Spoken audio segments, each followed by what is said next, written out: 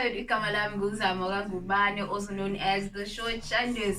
I think today we welcome you on the Hustle Show on Zungu Studio TV, and ngihleli nobhutami uBean, which you guys know as Deliveries.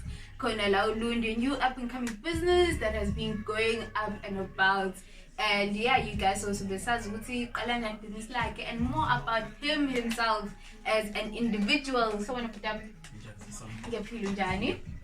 So bengicela ukwazi igama labhuti nokuthi ubusiness yakhe iqala kanjani. Igama ngibingelela babukela emakhaya. Igama Sithembiso into eneyibongo ezothu.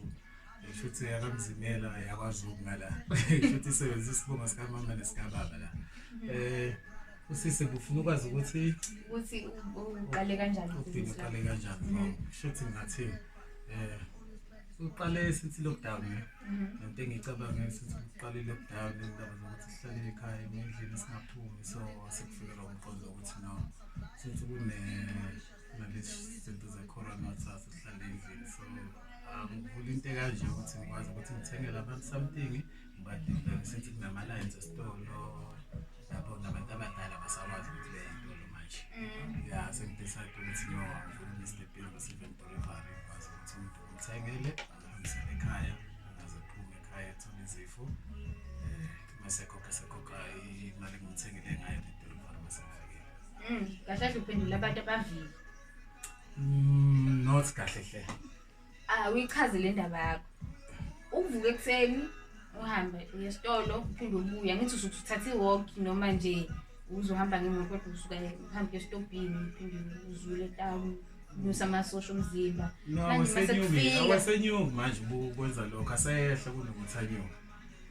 Cha kodwa uphendula abantu abavile asivuni. No ngithi khona ukuthi usemsebenzini khona something ofuna ukuthengela ingane ekhaya uyacabanga ukuthi ngeke usuke emsebenzini uye town uyothenga leyo nto. Ingane abantwana masabancane abantu abadala khona abantu abadala. Phendula abantu amavili. No. It's fine. No, it's fine. Alright. Excited uBean uqale kanjani? Why big wonke amagama bekhona nokuthi mhlawumbe ubungangena under Mr. D food Uber why waqale yakho? Meseceleni. Yeah. Eish. Mr. Bean igama lisukela egameni lami lakudala ne. Ekutheni angivele ngumgqomo kahle sengiyashintsha ngenze isingisi wezizaleka kabuhlungu so angumgqomo so ngaqanje lenye time latho hayi angihlezi ngihlangana nalibengile lahlo dustbin ekseni so latha wena hlala nawe utsheka dustbin yona umgqomo wena yabo yabo kushuthi leli gama liye ngokuduma ke abantu aba-understand abanye bebengibuka bebuka ikhanda ethi khanda elingaka kushuthi akusho leli ikhanda ukuthi umgqomo. Kodwa bese ngibachaza ukuthi no hayi bengakhona but ke laqala kanjalo ke futhi ngagcina ngilithandile leli gama so ngathi bengicabanga ukuvula ibusiness asengithi no ukuthi ngithathe leli gama ngiphendule ngesesingisini ngiphushe ngalo umuntu othanda ukuzenzela into yakhe ehlukile time elalidekela wathatha igama lakho liphendula success. Yeah. Alright. Ngiyafila mina ngiyakuzwa. But now kukho konke ke uvila lokho sokufaka khona thina because nje iziphi ama services owaprovidayo besides ama restaurants and everything noma wenza wona specifically? No angenzi wona kuphela. Kahle inhloso yami ukuvula le business ali kuma chronic.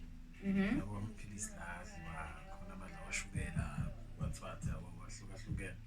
Ali lapho ukuthi ngikwazi ukuthi ngigcine ngisiza abantu.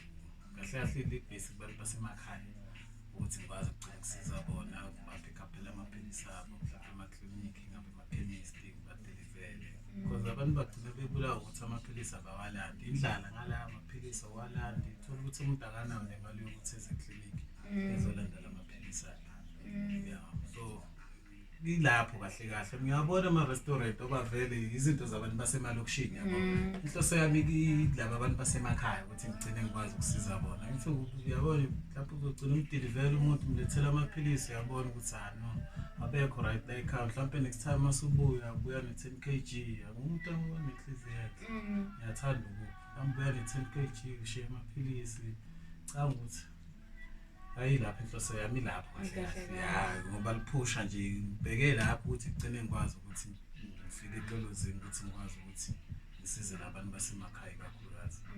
Yeah, because emakhaya imoto kuneveni iphuma kanye ezibuye ntambama. Yabo uyafika eklinikhi umlayini mhlawumbe kugcina isikhathi semoto siyashaya ukuthi ibuyele emuva ugcina wathulanga. Yabo yeah ilapho siyami Mr. Bean Receiving Delivery. Kuyezwakala. Manje uma ubheka bakhona abanye abantu ozogcina usebenzisane nabo noma usaright uwedwa. Eish. Ngicabanga lokho sisami ngoba ikuthafe kuthafe. Yafaka ngisho ukuthi uyazama ukuthi mhlawumbe ufuna usizo eish kunzima ukuthola usizo la ngazi. Noma ya kunzima khona.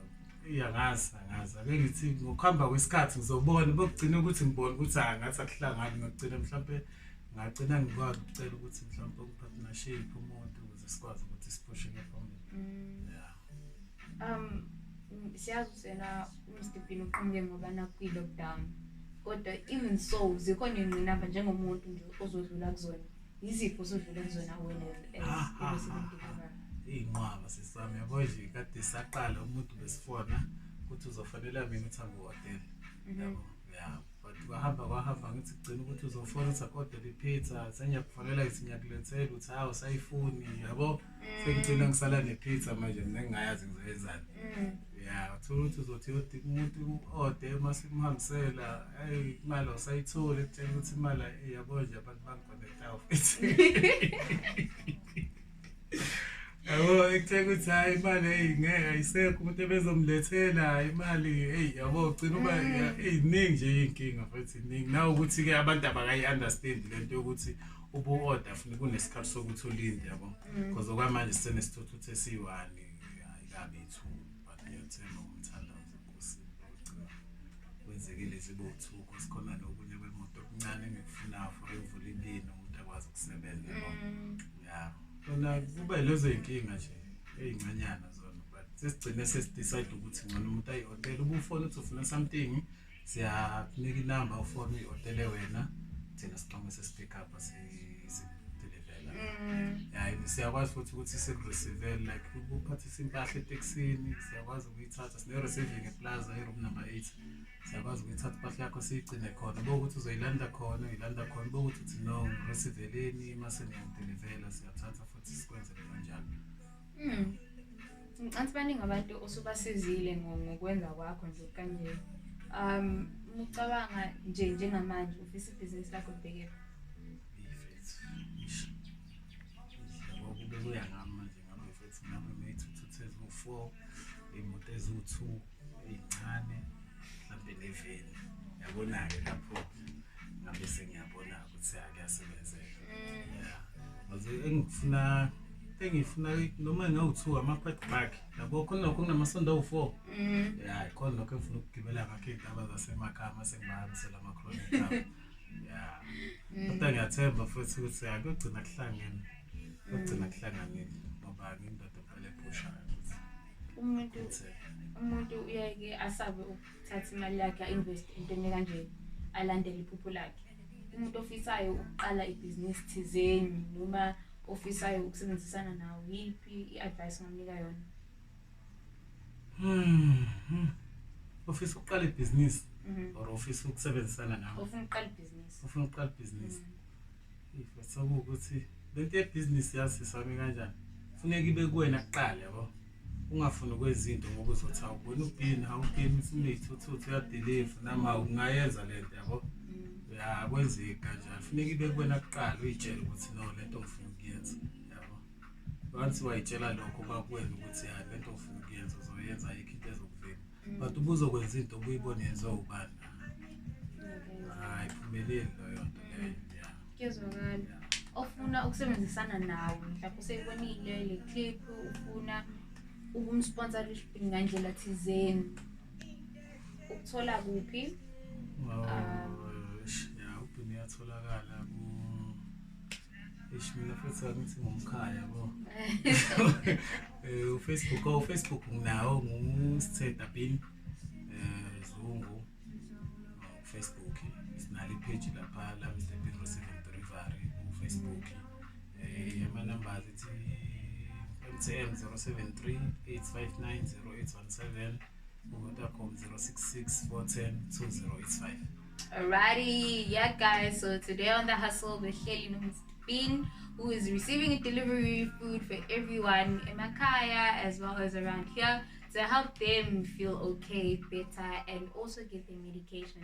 He has inspired us and helped us a lot with us, with everything that's been going on with coronavirus. So, guys, siyabonga kakhulu for watching. Stay tuned, and this has been season 2 of the Hustle Show. Do keep tuned on all our social media platforms, Instagram, Twitter, as well as Facebook, which is Zulu Studio TV.